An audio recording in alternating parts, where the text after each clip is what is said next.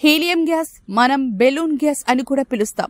ఈ గ్యాస్ ను కనిపెట్టింది గుంటూరులోనే. ఫ్రెంచ్ ఖగోళ శాస్త్రవేత్త పియరీ జాన్సన్ 157 ఏళ్ల క్రితం సూర్యగ్రహణం రోజున ప్రయోగం చేసి ఈ గ్యాస్ ని కనుగొన్నారు.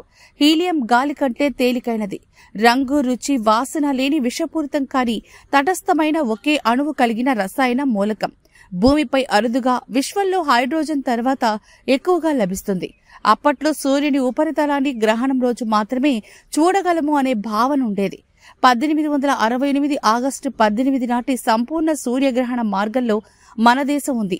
ప్రయోగాలు చేసేందుకు బ్రిటన్, ఫ్రాన్స్ నుంచి పలువురు శాస్త్రవేత్తలు భారత్కు వచ్చారు.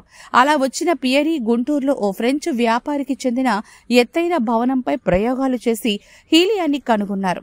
ఆయన ఆ రోజు సూర్యగ్రహణాన్ని గమనిస్తూ క్రిమోస్పియర్లో పసుపు వర్ణపట ఉద్గారాన్ని గుర్తించారు.